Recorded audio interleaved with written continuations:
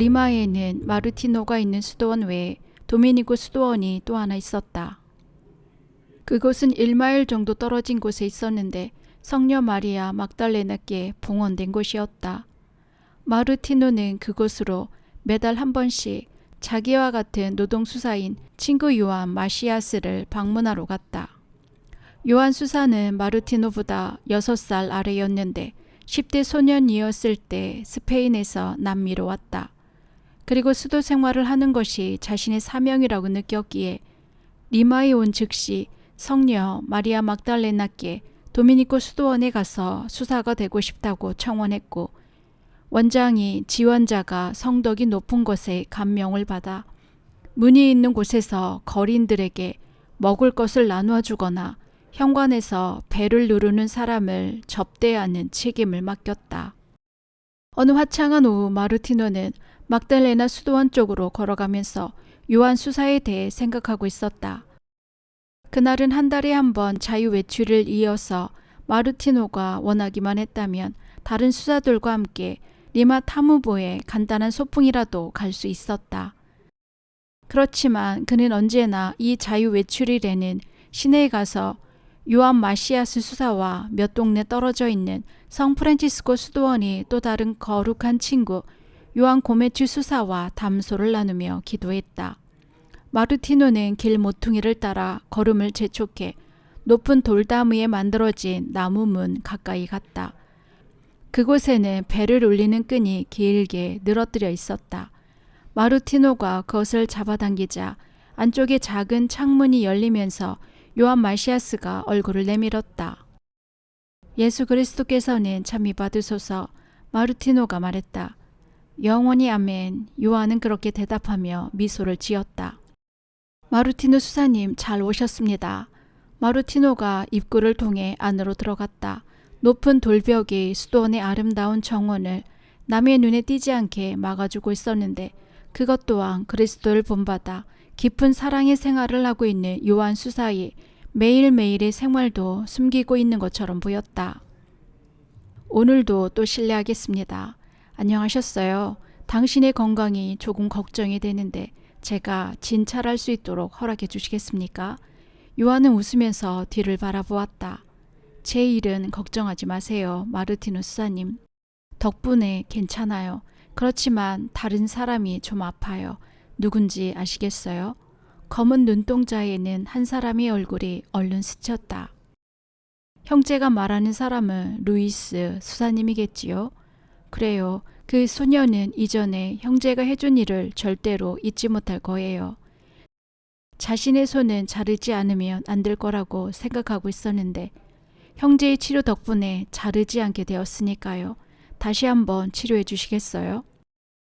어려운 일은 아니에요. 그것은 내 덕분이 아니라 누구라도 그렇게 해줄 수 있는 걸요. 요한은 웃으면서 입을 다물었다. 마르티노와 말다툼을 하는 것은 쓸데없는 일이기 때문이었다. 그는 자기가 좋은 일을 했더라도 그것을 자기의 공으로 돌리지 않았다. 그러나 루이스 구칠레스 수사는 사제가 되는 날 미사 성제를 봉헌하게 되는 자신의 팔이 한 흑인 수사 덕분에 건강할 수 있었다는 사실에 감사할 것이다. 마르티노와 요한이 수도원의 조용한 정원 한 구석에 앉아있는 동안 볕 좋은 오후는 어느덧 지나가 버렸다. 하느님에 대해서 각자의 영혼에 필요한 것에 대해서 그리고 먼 나라의 선교와 리마의 가난한 사람들과 병자들에 관해서 시간이 가는 줄도 모르고 이야기를 나누었다. 요한 마시아스 역시 마르티노처럼 수도원의 문 앞에서 가난한 사람들에게 먹을 것을 나누어 주고 있었다. 또한 마르티노처럼 자기 시간의 대부분을 궁핍하고 힘없는 사람들에게 행복을 가져다 주기 위해 사용했다. 그 역시 마르티노처럼 모든 것을 하느님의 사랑 덕분이라 여기며 모든 일을 하고 있었다. 둘은 푸른 종려나무 밑에서 앉아 있었는데 마르티노가 친구를 보고 갑자기 말을 꺼냈다. 이 수도원에는 몇 명의 사람이 있어요? 사제와 수사가 100명 남짓이에요. 그 밖에 아무도 없어요? 제3회원이 한 12명 정도 있어요. 먹을 것과 잠자는 곳을 얻어 이곳에서 도와주고 있는 사람들인데 아참, 형제도 전에는 그런 사람들 중 한 사람이었지요. 그래요. 그럼 여기에는 그 외에 다른 사람들은 없는 건가요? 그뿐인데요. 요한은 머리를 끄덕이다가 갑자기 생각이 난 듯, 예전에 내가 도시에서 발견해 데려온 6명의 고아 소년을 계산해 놓지 않았네요. 그 아이들은 진짜 집이 없는 아이들이에요. 그래서 원장님이 우리와 이곳에 같이 있도록 해주셨던 거죠. 라고 말을 이었다. 마르티노는 천천히 고개를 끄덕였다. 내가 듣고 싶었던 것이 그것이에요. 그 6명의 아이들은 모두 남자 아이들이겠지요? 그렇다면 여자 고아들은 어떻게 지내고 있나요? 마르티노는 미소 지었다. 묘한 이 리마에는 집 없는 아이들이 살 곳이 너무나도 없어요. 몇 명의 소년, 소녀들을 남녀 수도원에서 보살펴주곤 있지만 문제가 해결되는 것은 아니에요. 여자의 경우엔 문제가 더 심각하지요. 그 애들은 지참금이 있어야 결혼하여 가정을 이루는데 형편이 되지 않으니 부자에게 매여 노예 생활을 하고 있어요. 참 딱한 일이에요. 대체 이 가난한 소녀들을 어떻게 해야 할까요? 요한 마시아스는 고개를 끄덕였다. 그 아이들 중 어떤 아이는 괴로움에 시달려 죽어가고 있고 어떤 아이는 나쁜 길로 들어서 자신의 인생을 망치고 있어요. 두 사람은 오랫동안 아무 말이 없었다. 마르티노는 깊은 생각에 잠겨 있다 말을 꺼냈다. 아마 돈 마테오 씨가 도와주실지 몰라요. 내가 무엇을 부탁하더라도 그는 언제나 기분 좋게 들어주셨으니까요. 돈 마테오 씨? 정말 그분이라면 괜찮을 것 같네요. 오늘 돌아가는 길에 방문해보지 않겠어요? 하느님께서 자기에게 재산을 주신 것은 어려움에 처해 있는 사람들을 도와주라는 뜻이라고 몇 번이나 강조했던 것을 우리 둘 다 들었잖아요. 마르티노가 요한 수사에게 작별 인사를 했을 때 벌써 해가 넘어가고 있었다. 돈 마테오 씨의 집에 가서 자신들의 계획을 설명하고 저녁 식사 때까지 돌아가려면 1시간도 꾸물거릴 여유가 없었다. 길을 서둘러 떠나면서 마르티노는 돈 마테오 씨는 반드시 무엇인가 해주실 거야. 굉장히 친절한 마음을 갖고 있는 데다 그의 부인 역시 좋은 마음씨를 가지고 있어요. 나는 그 부인이 어렸을 때부터 잘 알고 있어요. 내가 과야키로에서 돌아온 얼마 동안 우리 어머니와 함께 그녀의 어머니인 프란치스카 미구엘 부인과 같은 집에서 지냈으니까요. 그 후로 얼마나 많은 일들이 일어났던지. 정말로 그래요. 마르티노가 에콰도르의 대백부의 집을 떠나 리마로 돌아오던 무렵 그는 10살이 소년이었다. 그리고 지금은 벌써 33살이 되었으니 많은 세월이 흘렀다. 그동안 오래전부터 알고 지내던 많은 사람들이 세상을 떠났다. 양친과 돈 디에고, 벤토라 데 루나도 그가 수도원에 왔을 때 아주 친절했던 사제와 수도자들 중에 몇몇 사람들도 지금은 지상에서 사라졌다. 그리고 그의 누이 동생 젠까지 첫 남편과 사별한 후 채군에 재혼했다. 죽은 사람들은 행복할 거야. 그들은 참으로 가치 있는 생활을 시작하게 되었으니까. 마르티노는 혼자 생각에 골똘하면서 걸음을 재촉했다. 너무나 생각이 열중하느라 어떤 소년이 계속 그를 부르고 있다는 것을 몰랐다. 그러다 갑자기 조그마한 손이 그의 수도복을 잡았을 때야 인디언 소년이 그를 쫓아온 것을 깨닫게 되었다. 오, 안토니오, 도대체 어찌된 일이니? 무척 숨을 가쁘게 쉬고 있구나. 마르티노 수사님, 저는 영영 수사님이 제 말을 듣지 못하시는 줄 알았어요. 소년의 여윈 얼굴은 아주 걱정스러워 보였다. 부탁드려요, 마르티노 수사님. 제 어머니 때문에 어떤 여자분께서 당신을 만나러 와 계셔요. 의사는 손을 쓸 수 없다고 말하고 있어요.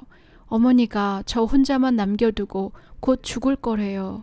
마르티노 수사님, 저희 집에 오셔서 기도해 주세요. 마르티노는 소년의 어깨에 부드럽게 손을 얹었다. 마르티노는 그가 말하는 내용을 잘 알고 있었다. 로사라고 하는 도미니코 사무회원이 가난한 환자를 위해서 기도를 부탁하러 성 도미니코에 와 있었다. 로사는 리마에서 매우 알려진 여성이었다. 그녀는 자기 아버지의 집에 있는 환자와 집이 없는 부인들을 위해서 기도를 부탁하러 가끔씩 성 도미니구에 들렸다. 마르티노는 소년의 힘을 북돋아주기 위해서 말을 걸었다. 좋아, 빨리 가자. 그런데 얘야, 그렇게 슬픈 표정을 짓지 말거라. 어머니는 어떻게 되지 않으실 거야. 지금은 아주 고통스러워 죽음 직전에 있는 것처럼 보이지만 내일이면 아주 좋아지실 거야. 기다려보렴. 인디언 소녀는 검고 흰 수도복을 입고 있는 흑인 수사를 눈물을 글썽이며 쳐다보았다. 어떻게 그것을 알 수 있어요? 의사 선생님은 곧 돌아가실 거라고 말씀하셨는데. 그렇지만 안토니오, 의사가 말하는 것과 하느님께서 말씀하시는 것은 다르단다. 두 사람은 손을 잡고 도시로 내려갔다. 그들 앞에 성 도미니코의 탑이 어렴풋이 보였다. 마르티노에게는 미소가 떠올랐다. 저녁 식사 전에 마테오 씨에게 리마의 고아원을 세우기 위해 도움 원조를 요청해야겠다고 생각하고 있었는데 하느님의 생각은 다르셨나 보다. 로사가 그를 먼저 기다리고 있는 것이다. 이것은 무엇보다도 먼저 행하지 않으면 안 되는 일이었다. 그들이 수도원에 도착하자 마르티노는 그 소년을 성당으로 어머니를 위해서 성모성을 몇 번 외우고 있어라. 잠시 후 함께 너희 집에 가자꾸나. 나는 가서 엄마의 일을 상의드려 봐야겠다. 그렇게 말한 후에 그는 손님 방으로 들어갔다. 그곳에 로사가 기다리고 있었다. 벌써 오랜 세월 동안 그는 로사를 알고 지냈는데 두 사람은 많은 공통점을 지니고 있었다.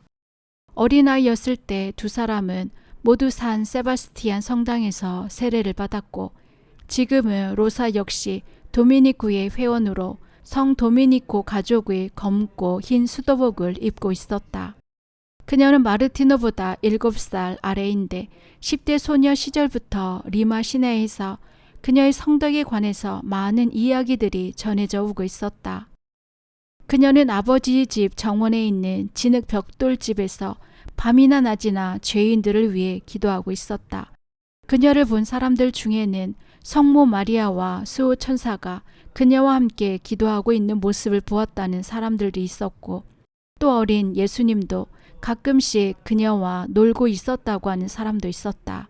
이 젊은 도미니코의 제3회 회원은 리마에서 가장 아름다운 여인 중 한 사람이었다.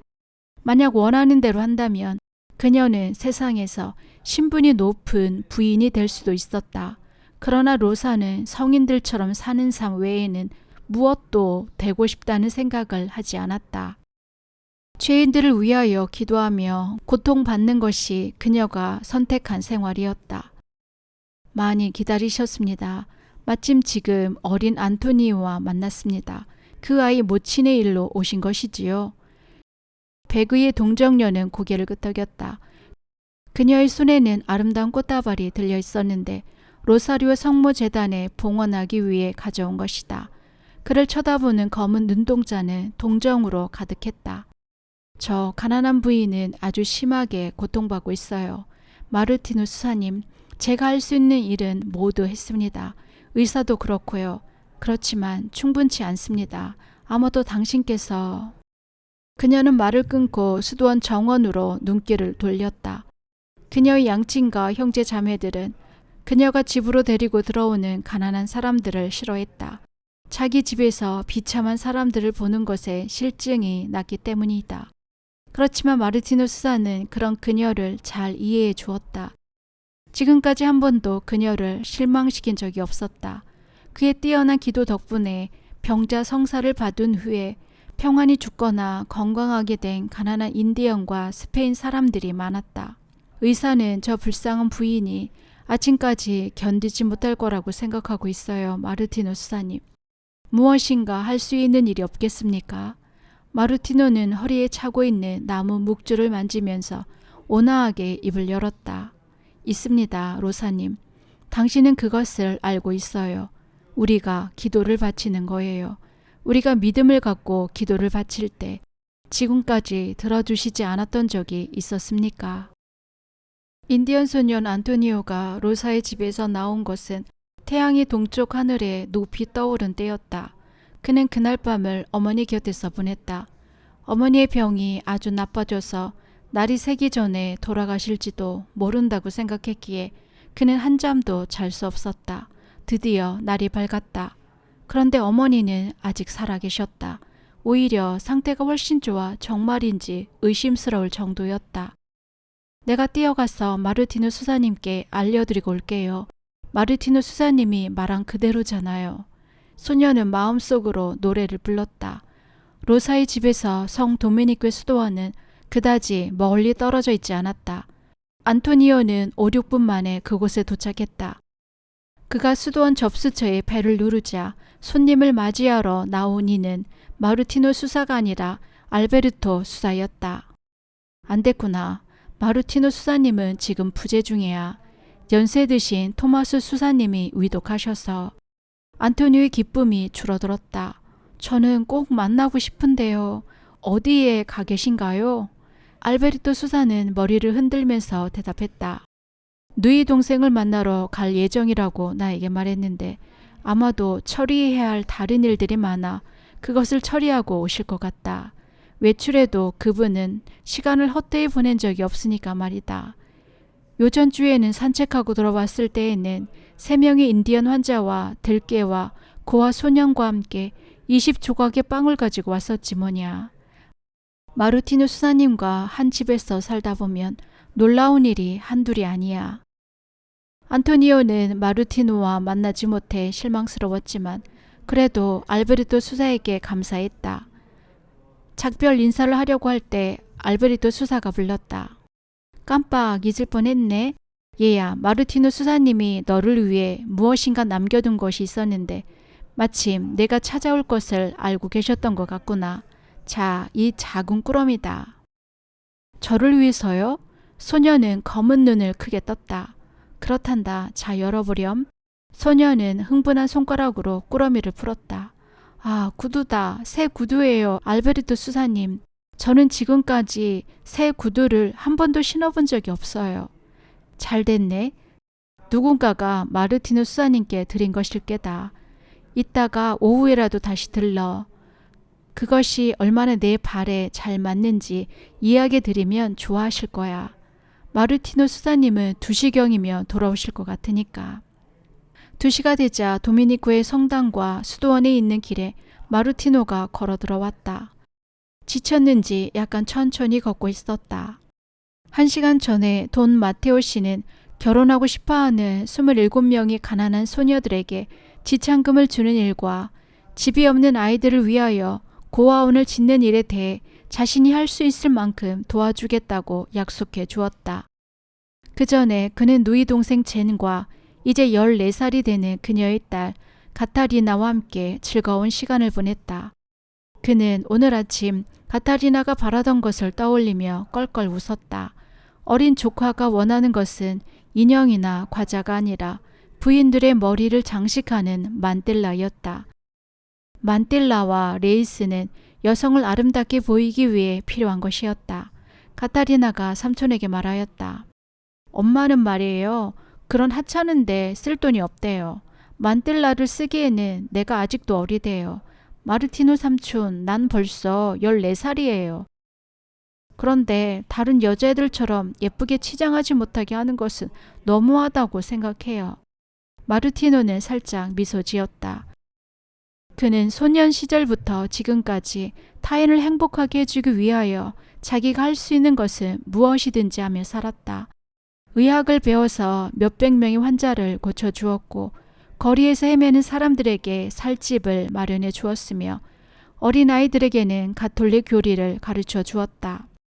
또 형무소와 병원도 방문했으며 셀 수 없는 정도의 많은 거린들에게 먹을 것을 주었으며 입을 것을 마련해 주었다. 카타리나를 실망시키지 않겠다는 생각에 그는 그녀에게 아름다운 만텔라를 여러 장을 보내주어야겠다고 생각하였다. 수도원의 입구에 서서 벨을 눌렀다. 문을 열어주러 나온 알베르토는 눈이 빛났다. 마르티노 수사님, 이제야 돌아오셨네요. 조금만 더 빨리 오셨더라면 좋았을 텐데요. 어째서 무슨 일이 있었나요? 누가 나에게 급한 볼일이라도 있었어요? 알베르토는 깊은 한숨을 내쉬며 엄숙하게 십자성호를 그었다. 토마스 수사님이 1시간 전에 돌아가셨어요. 마르티노 수사님, 그 노 수사님은 불쌍하게도 형제를 몇 번이나 찾으셨답니다. 왜 형제는 그 시간에 안 계셔서. 저는 할 수 있는 한 빨리 돌아온 거예요. 그런데 형제는 토마스 수사님이 정말 돌아가셨다고 생각하세요? 물론이지요. 지금부터 세상을 떠난 이를 위한 기도를 바치려던 참이었어요. 그리고 원장님께서 형제를 만나고 싶어 하세요. 2층에 계세요. 마르티노가 2층에 올라가 보니 돌아가신 분의 방 입구에 원장을 중심으로 사제, 수도자들이 많이 모여 있었다. 모두 죽은 이를 위한 기도가 실려 있는 큰 책을 가지고 있었다. 원장은 마르티노가 계단을 올라오는 것을 보다가 다가서며 말을 걸었다. 마르티노 수사, 토마스 수사님이 1시간 전에 돌아가셨습니다. 형제가 장례 준비를 해주세요. 새 수도복으로 갈아입혀 드리세요. 마르티노가 아무 말 없이 고개를 끄덕였다. 그리고 조용히 작은 방으로 들어갔다. 그곳에는 죽은 수도자에게 입힐 청결한 수도복이 준비되어 있었다. 문이 닫히자 회합을 위해 준비된 큰 방에서 이상한 고요가 찾아들었다. 먼저 입을 연 사람은 안드레아 신부였다. 마르티노 수사는 토마스 수사가 돌아가셨다는데도 놀라는 것 같지 않네요. 아무래도 좀 이상하다는 생각이 들지 않아요? 무엇이 이상합니까? 수도원장이 물었다. 원장님은 마르티노 수사가 병자를 다루는데 어딘가 남다른 데가 있다고 생각하신 적이 없으신가요? 그는 어떤 사람에 대해서는 병에 걸렸는데 별방 걱정하지 않습니다. 마치 그 사람이 얼마 되지 않아 건강해진다는 것을 알고 있는 것처럼요. 반면 그가 환자의 머리맡에서 절대 떨어지려고 하지 않을 때는 다른 사람에게는 별 이상이 없는 것처럼 보여도 그 환자는 아주 나쁜 상태입니다. 그런데 오늘은 마르티노가 여기 없었습니다. 그래서 저는 이 작은 그룹은 또다시 조용해졌다. 안드레아 신부의 말을 듣고 모두 같은 생각에 잠겼기 때문이었다.